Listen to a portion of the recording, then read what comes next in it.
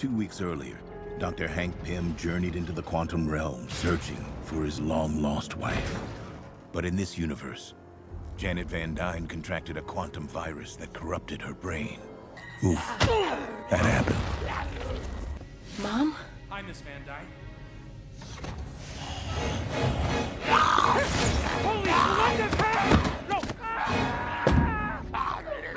What's going on, people?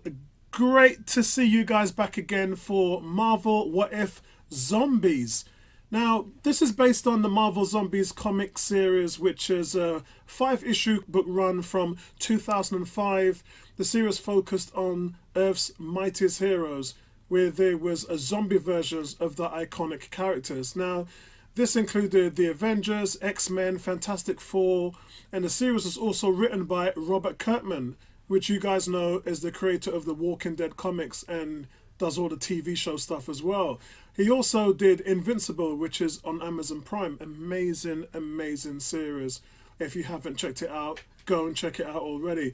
Hit that like button, subscribe to the channel, and let's get on with it. So first of all, before we even talk about what happened, the question is why. So every week when I talk about these what ifs, I always talk about what was the nexus point? What was the bit where everything changed?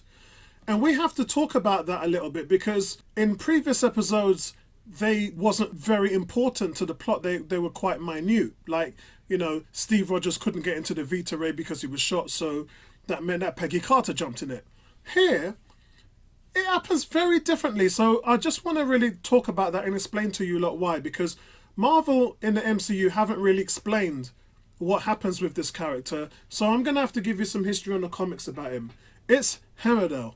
Now, Hammerdale he's the first in line defense against all manner of attacks against the home realm of Asgard. Odin's appointed this sentry of the Rainbow Bridge, known as the Bifrost, for him to protect. So Hammerdale can look across time as well as space, and I think that has never really been explained to fans of who go to watch the Marvel movies. The comic viewers obviously know that this is how it works. But for people who just watch the movies, Hammerdale can see across time and space. Yeah, very important to understand how this worked out. And also, certain magical spells can block his sensory powers. Additionally, his powers of sight are limited when one of his eyes can't see. And as you know, the situation with Hammerdale was he was killed on the ship when Thanos and the Black Order came to take out Thor and killed Loki, and all of those events happened. He was impaled and killed. And the move where he sent Hulk back to the Earth, that's where the nexus point is. Because I want to go back and explain that this was a Hammerdale who was dying, whether his sight was impaired or not. He was disorientated. He wasn't thinking, and he wasn't in a straight mind. So that explains actually why he's gone and sent the Hulk back to a place where he did. And that's how it starts, guys. So the Hulk drops in through the roof of the Samton Centurion, and the rest is history. It takes up from there, where he tries to find Doctor Strange or tries to find Wong or whatever, but nobody's there. Everything is different. The roads are quiet, but the Black Order still drops on Earth, and we see them getting taken out by some of the Avengers who actually have turned. Now, the one thing that I can talk about and how this relates to some of the movies is, remember when we saw driving that van that Scott had and Hope and Hank used in Ant-Man, where the van, they were driving around the van in its miniature form and then used the van actually to increase in size to take on some of the guys who were chasing them. So we actually see them use that here to good effect when taking out a creature that was trying to take them out as well. Also, we see Happy's go-to weapon while fighting the zombies as with the Iron Man glove. That was similar to the gadget Tony used in Captain America Civil War. Peter eventually gets Doctor Strange's cape. I talked about that last week, didn't I, when I said Spider-Man Sorcerer Supreme. So that was kind of a little nod and a little wink to what we talked about last week. But I'm hoping that there'll actually be an episode where Spider-Man does start to use those kind of powers. Even though I mentioned in my Spider-Man 3 trailer, he's probably going to be using those powers in real life, in the real Spider-Man 3 movie. But another thing that we see here is Kurt mentions a witch called Baba Yaga. Now, I know it's a little bit weird for him to come out with something like that and it's used for comedy relief, but he's also mentioned that in Ant-Man and the Wasp. And in the comics, Baba Yaga is actually a Russian goddess that uses witchcraft. So he was relating Baba Yaga to Scarlet Witch, which I thought was actually quite funny. But the series turns on a really dark note, and this is what I love about the comics. The comics shows a very much darker tone to what the Marvel Universe really is. And since Disney bought it, it's been the house of mouse for these films. And a lot of the people don't, all this humor and these jokes and everything comes into it. And because of that, sometimes Marvel really misfires with its movies, because it's things like Doctor Strange, the mystic arts, the Were Nation, vampires, werewolves, monsters, things like that. That is Doctor Strange's comic. So when you see it in the movie and you see all this humor and the jokes and everything, it really misses the tone. So what I love about these What If series is they've captured the right tone. So that's now 2 back-to-back episodes where you actually hear that the universe is over. It's gone. It's dead. And that is as dark as you can be. Yeah, the one before that with Samuel L. Jackson and Nick Fury, we know that the Avengers got wiped out there, but then there's a new Avengers team. So although it's pretty dark because they all got taken out, there's a bright light because there's a new set of Avengers afterwards. The last 2 episodes, though, the Doctor Strange and the zombies, no more Earth. Everything is gone as we know it.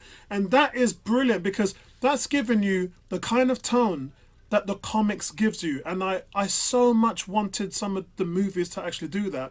That's why at the end of Infinity War, when they're snapped away, I was just like, this is the best feeling ever. But moving on, guys, T'Challa missing a leg and being held captive by Vision in this episode. And it's a similar thing actually happens to T'Challa in the comics, except for that's Hank Pym. Hank Pym is the person behind it. But now, Vision was feeding a zombie Wanda because he loves her and he can't bear to live without her. And this is a direct flip of what happens in WandaVision. So we knew Wanda kept an entire town hostage in order to keep the Vision alive. But what the Vision does here, instead of sort of fighting back Wanda for the greater good, he actually gives into it. He gives into the love. And not only does he do that, but he starts to support her and feed her. And I thought that's a complete 180 compared to what we saw in WandaVision. So that was quite shocking to see. But obviously he's killed by grabbing the Mind Stone from his own forehead, which is exactly what Thanos did to him in Infinity War. So the Mind Stone is now in the possession of Peter Parker. So Banner transforms into the Hulk and battles off Scarlet Witch so that they can escape, allowing them to broadcast the Mind Stone's energy across the planet. Now, Peter Parker, Scott Lang, the head only Scott Lang, which reminded me a little bit of Mars Attacks, didn't it? It's quite funny, actually. And T'Challa and the Cloak, they head towards Wakanda, a place that T'Challa said to them was well protected and wouldn't have a problem with keeping out zombies. But they was unaware that it had been breached and taken over by a zombified Thanos, who's actually wielding the gauntlet, which only lacks the Mind Stone. So for those of you who didn't really get the end of that, what that meant was that he was able to get the Mind Stone, and then he used the glove to turn the entire universe into zombies. Yeah? If you didn't get that first, I'm telling you now, that's what happens. So it's as dark can be, guys. But for me, man, listen, I really enjoyed this episode. I'm giving it an 8 out of 10. And just keep bringing on the darkness. Just keep bringing on those type of Marvel stories, which we have not seen in any cartoons, any TV series, or any movies, for that fact. Because there's no bringing them back now. You know, in Endgame, their job was to get the stones of Thanos and bring them all back, and they brought them back in the end. There's no bringing them back. And a greater threat, guys. Remember when I talked about Ultron? A greater threat is looming over this universe. It's absolutely fantastic. But that's all from me, and I'll catch you guys in the next one. Peace out.